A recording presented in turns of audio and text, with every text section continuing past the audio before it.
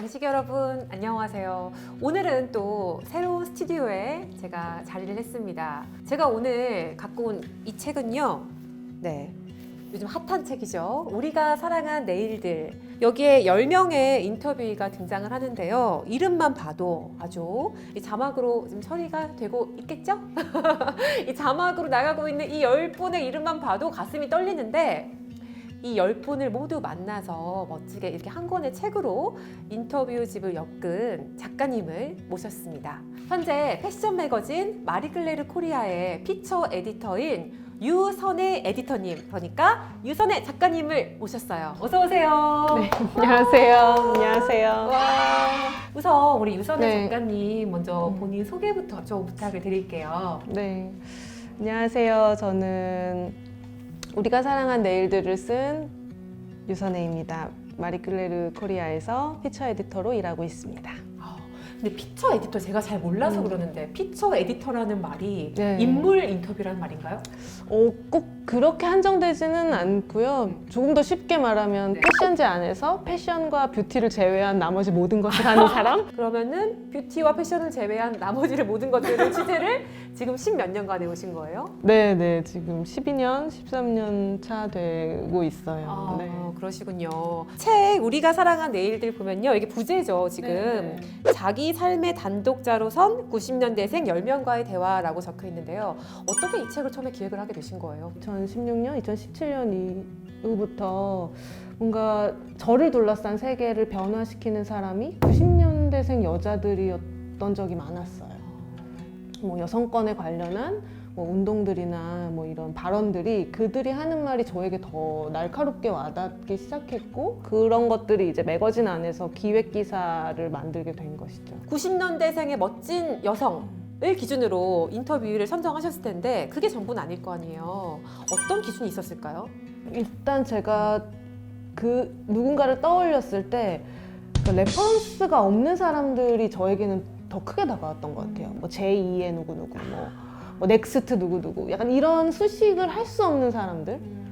정말 그리고 그 분야가 너무너무 다양해요. DJ, 작가, 가수, PD, 감독, 배우, 운동선수, 모델, 또 작가. 정말 다양한 분야고 인상 깊었던 분들을 한 분 한 분 좀 이야기를 나눠볼까 합니다. 우선 책의 시작이 예진님이잖아요. 프로듀서 DJ 예진님. 근데 저는 예진님을 몰랐어요, 사실. 근데 이 책의 처음인 걸 보고 뭔가 이유가 있지 않을까라면서 기대를 안고 읽었는데요. 역시나 싶었습니다. 제가 좋아하는 그 구절을 잠깐 읽어드릴게요. 48페이지에 우리 작가님이 이런 질문을 해요, 예진님한테. 성공한 뮤지션이란 어떤 의미인가 묻는 질문에 예진님이 내가 원하는 음악을 만들고 이를 듣고 싶어하는 이들이 있는 상태라고 하면서 앞으로도 생각이나 영감을 공유할 때 최대한 솔직해지려고 한다. 가장 좋았던 거. 다른 사람들에게 내가 어떻게 보일지 생각하는 걸 그만두고 나를 편안하게 만들어준 사람들을 보기 시작했어요. 나의 진짜 모습을 보려 하지 않는 사람들을 모두 무시하기로 결심한 이유고 있는 그대로의 나를 사랑해준 사람에게만 집중하기로 한 거죠. 이 말이 정말 전 산뜻하게 들렸고요. 저를 굉장히 단단하게 만들어준 말이었어요. 앞으로도 그렇게 살아야겠다. 솔직하게. 정말 솔직한 사람이 빛나는 법이구나라는 걸 굉장히 느꼈고요. 근데 이 책에 나온 90년대생들이 다 이런 솔직함, 뭔가 자신감, 바깥의 시선에 나를 그렇게 놔주지 않겠어 라는 중심이 있거든요. 그게 어디에서 온다고 생각을 하세요? 아무래도 이 10명의 공통점이라면 자기에 대해서 굉장히 많이 생각하고 많이 질문한 사람들이라는 생각이 들어요. 사실 90년생도 아마 80년생과 다르지 않은 것이 있다면 여자는 이래야 한다? 뭔가 사회에서 말하는 어떤 규범 같은 것들에 대해서 늘 주입받고 교육받아 왔지만 이들과 제가 다른 점은 저는 거기에 부응하려고 좀 많이 오랫동안 노력했던 것 같아요. 근데 이분들은 부응을 했지만 그 과정에서 문득 깨달은 것이죠. 이게 답이 아닐 수도 있다는 것. 그리고 내가 틀리지 않았다고 생각을 했던 것 같아요. 어느 지점에서. 그런 지점들이 자신을 더 믿고 스스로 자신감을 주는 그런 계기들이 아니었을까라는 생각이 들어요. 그리고 또 하나 인상 깊었던 건요. 각자의 직업에서 일하는 기준이 굉장히 명확하다라는 생각이 들었어요. 이분들은 내가 동의하지 않는 부분에 대해서는 의문을 갖고 어떻게 이걸 바꿔볼까 혹은 아예 그 제도권에서 벗어나서 새로운 물결을 일으키더라고요. 저 인상 깊었던 게 이 정다운 다큐멘터리 감독님 좀 소개 좀 해주세요. 정다운 감독님이 어떤 분인지. 네. 정다운 감독님은 밴드 혁오와 오랫동안 작업을 해왔고요. 그래서 그 혁오 밴드와 월드 투어 하는 과정을 뭐 다큐멘터리를 담기도 하고, 근데 그분의 뭐 약간 화려한 경력도 있지만 제가 그분을 좋아하는 건 그 다큐멘터리라고 해서 핸디캠, 6mm 핸디캠 하나를 들고서 한 명을 집중적으로 약간 인간극장화해서 이제 인물을 담는 거예요. 근데 거기 필름 보시면 효과나 뭐 이런 장치가 화려하지 않아요. 그 대신 인물의 어떤 심리나 그런 인물의 깊은 곳을 좀 계속 닿으려고 하는 노력들이 있거든요. 근데 그게 특히 여자를 찍을 때 훨씬 더 빛을 발하고요.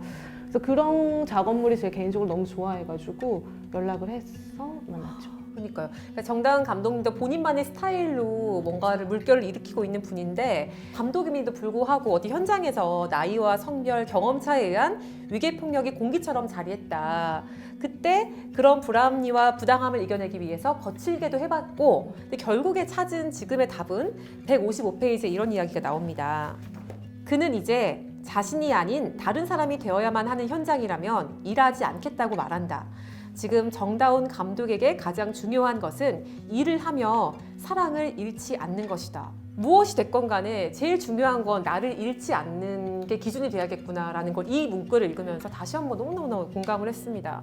그러니까 이 90년대생들만의 어떤 일하는 원칙 이런 게 뭐라고 느끼셨어요? 일단 그 우선순위가 명확하다는 느낌은 들었어요. 물론 커리어에 도움이 될 만한 어떠한 일, 아니면 돈이 뭐 크게 될 만한 수입이 좋은 일, 뭐 이런 것들도 있지만 그보다 더 우선순위는 아무래도 윤리관이나 도덕관을 굉장히 중요하게 생각한다는 생각이 들었고 본인에게도 이롭지만 이 세계에도 이로운지를 고민한다는 느낌을 받았어요.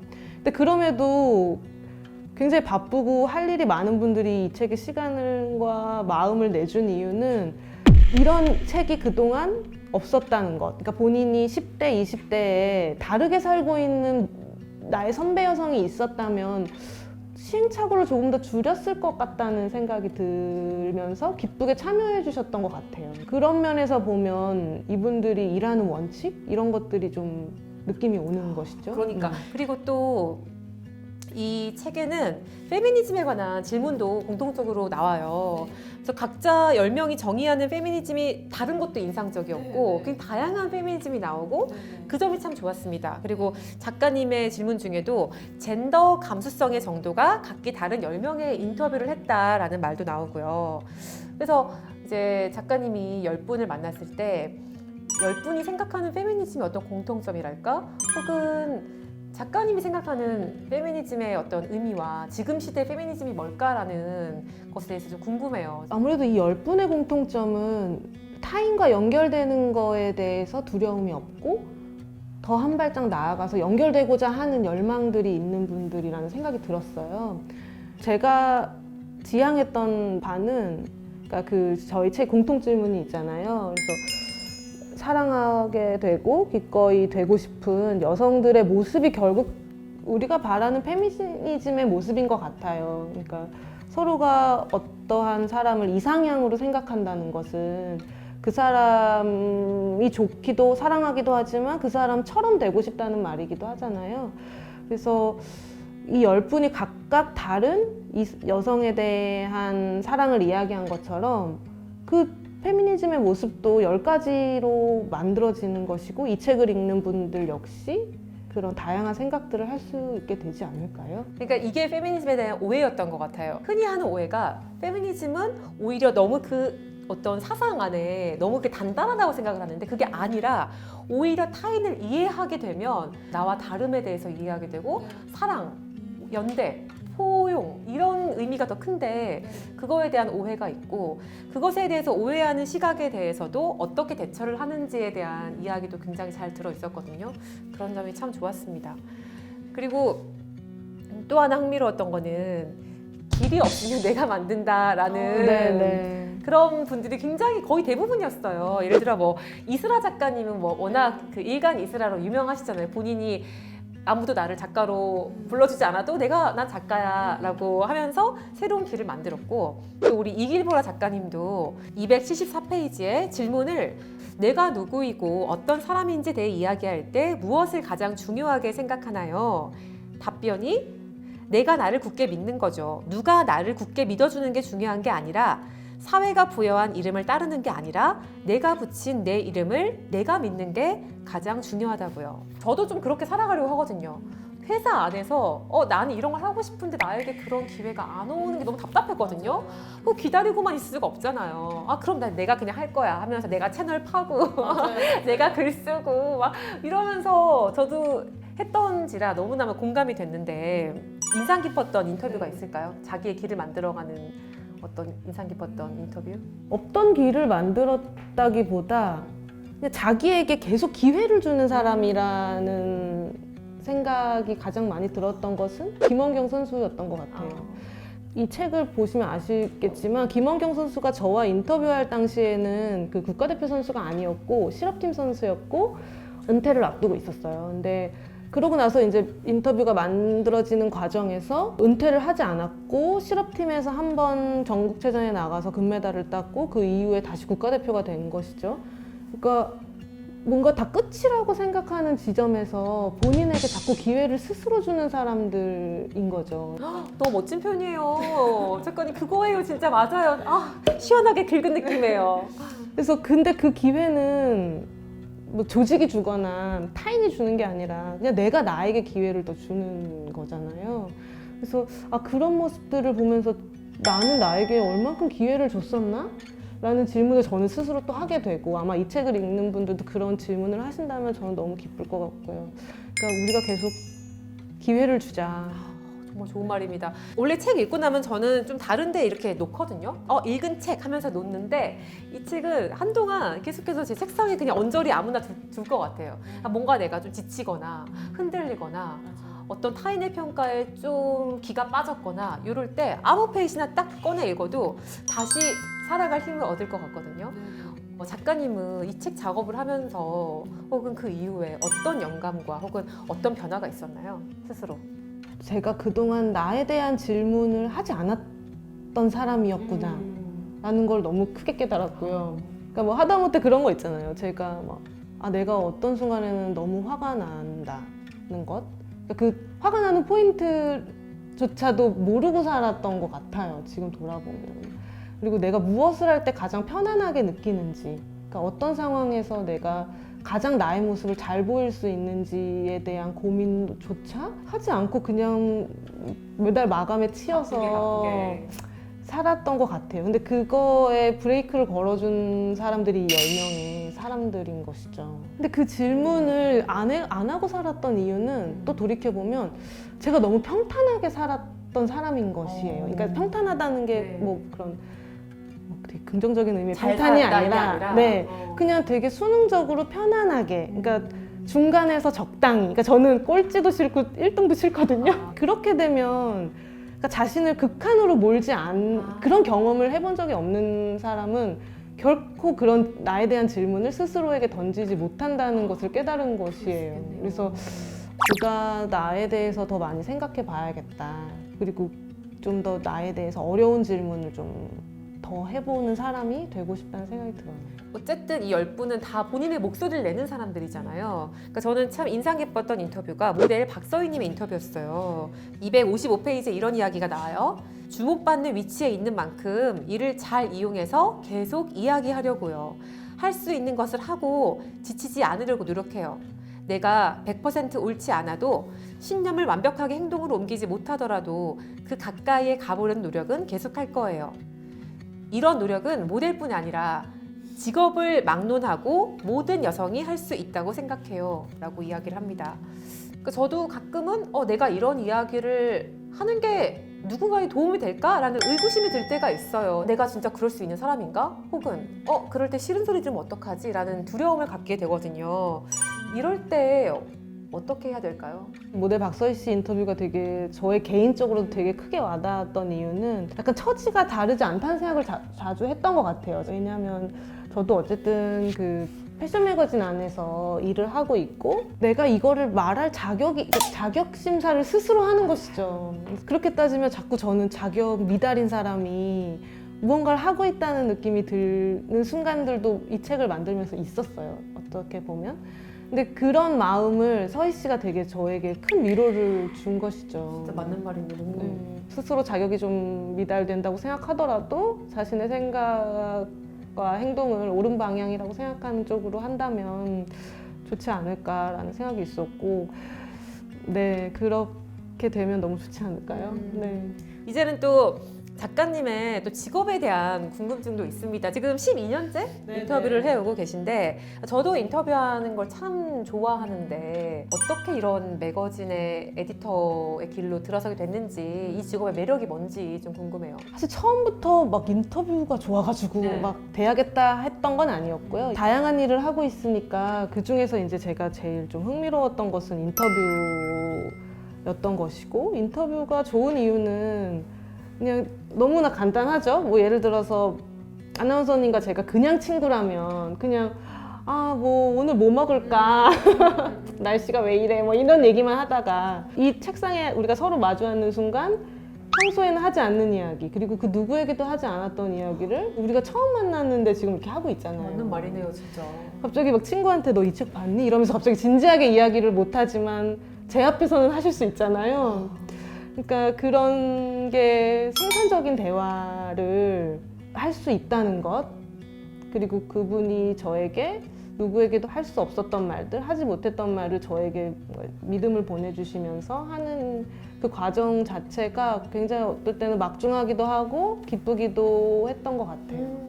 진짜 너무너무 공감이 되는 말이에요. 그러니까 전혀 우리가 처음 만났지만 이런 이야기를 할 수가 그럼요. 있고 정말 속 얘기를 막 꺼낼 네, 수가 네, 있고 네. 이게 인터뷰의 힘이 아닌가. 그러면서 네, 네. 또 그게 인터뷰어의 힘이 아닌가. 모든 인터뷰에게 다 그렇게 내 말을 꺼내진 않거든요. 근데 이 책을 보면서 이 작가님이, 에디터님이 정말 질문을 잘 던지는 사람이구나라는 생각을 했습니다. 인터뷰어라는 게 내가 좋아하고 그런 사람을 만나는 설렘과 즐거움도 있지만 그 못지않은 부담감이 있잖아요. 엄청난 부담감. 내가 어떻게, 이 사람은 숱한 인터뷰를 했을 텐데 어떻게 조금은 다른 인터뷰를 할 수 있을까, 혹은 어떻게 마음을 열 수 있을까, 이런 고민도 많이 하게 되고, 그래서 어떤 거 초점을 두고 인터뷰 준비를 하시는지, 그리고 인터뷰를 하는 나만의 원칙 같은 게 있는지 좀 궁금해요. 근데 가장 뭐 큰 틀은 있어요. 막 제가 막 그렇다고 해서 막 무슨 원칙을 막 갖고 그런 건 네. 아니고요. 근데 다만 사전에 미리 신뢰를 계속 보내놓기는 해요. 뭐 예를 들어서 뭐 아나운서님도 저에게 사전 인터뷰지를 보내주셨지만 인터뷰지를 작성하고 우리가 이 대화 안에서 이야기를 할 것이고 갑자기 제가 뭔가 돌발 행동을 하거나 뭐 그렇지 않을 것이다라는 어떤 신뢰감을 주려고 가장 노력하는 편인 것 같아요. 이 책에 모든 인터뷰에게 공통적으로 하는 질문이 있어요. 네네네. 그게 너무 좀 좋았어요. 이 10개만 좀 묶어가지고 어떻게 하고 싶을 너무 정도로 좋아요. 다들 너무 다르게 좋게 말씀을 해주셨죠. 네. 네. 삶 속에서 되고 싶고 기꺼이 사랑하게 되는 여성의 모습이 있다면요? 라는 질문을 합니다. 이 중에 좀 인상 깊은 답이 뭐였어요? 하나만 소개 좀 해주시겠어요? 너무 많지만 너무 많지만. 약간 비슷한 네. 결들이 있어요. 네. 예를 들어서 박서희 씨 걸 네. 보시면 부서지지 않는 단단함이 아니라 부서지는 것쯤 아무것도 아니라고 여기는 단단한 여자들 이라는 말도 좋고, 근데 여기와 또 신기하게 제재님의 말이 연결이 돼요. 훼손과 상처, 두려움에 꺾이지 않고 어디든지 가는 여성. 저 딱 별표처럼인데 여기. 네. 여기 다 통한다니까요. 우리가 읽다 보면 여러분 그냥 이 10분과 그러니까 강강수월라는 느낌. 맞아, 진짜로 약간 이어달리게 하는 느낌. 정말로. 네. 그러니까 계속 이 연결되는 지점이 있어요. 10분이 다 너무 각기 개성 있고 다른 일을 함에도 불구하고 공통적으로 말하는 부분들이 있습니다. 그게 너무 신기했어요. 맞아요. 이게 지금의 시대 정신인가? 약간 그런 생각도 저는 굉장히 들었고요. 네. 그래서 그럼 저는 똑같은 질문을 작가님에게 여쭙고 싶어요. 삶 속에서 되고 싶고 기꺼이 사랑하게 되는 여성의 모습이 있다면요? 뭘까요? 매번 실패해도 그리고 매번 반성해도 한 하루 이틀 푹 자고 일어난 다음에 회복하는 여자들. 되게 평범해 보이지만 그게 계속됐을 때 나를 사랑하고 계속 살아갈 수 있는 되게 중요한 힘인 것 같아요. 네.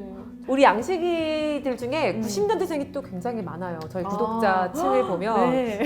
대부분이 90년대생입니다. 하지만 또 90년대생만 챙기면 저도 80년생 서운하잖아요. 네, 서운하니까 그냥 이 시대를 살아가는 그러니까 모든 사람에게 그냥 한 말씀 해주세요. 이 책을 이제 또 쓰신 작가님으로서. 이 책을 읽으시는 분들께 사실 조금 당부하고 싶은 말은 있어요. 제가 이걸 끝내 적지는 못했는데 혹시나 마음이 너무 무너진 순간에 이 책을 읽게 되면 조금 약간 염려되는 지점이 있어요. 그러니까 이 10명이 굉장히 특별한 사람이고 이 사람들은 어떠한 자기 재능이 있었기 때문에 이렇게 단독자로 살 수 있다고 생각하실 수 있을 것 같아요. 물론 그렇고요. 이야기를 좀 더 읽어보시면 이분들 역시 시행착오가 있었고 그리고 자기만의 방식으로 회복을 매번 하고 있고 그리고 인터뷰에서도 보시면 그 김원경 선수가 이런 말을 했어요.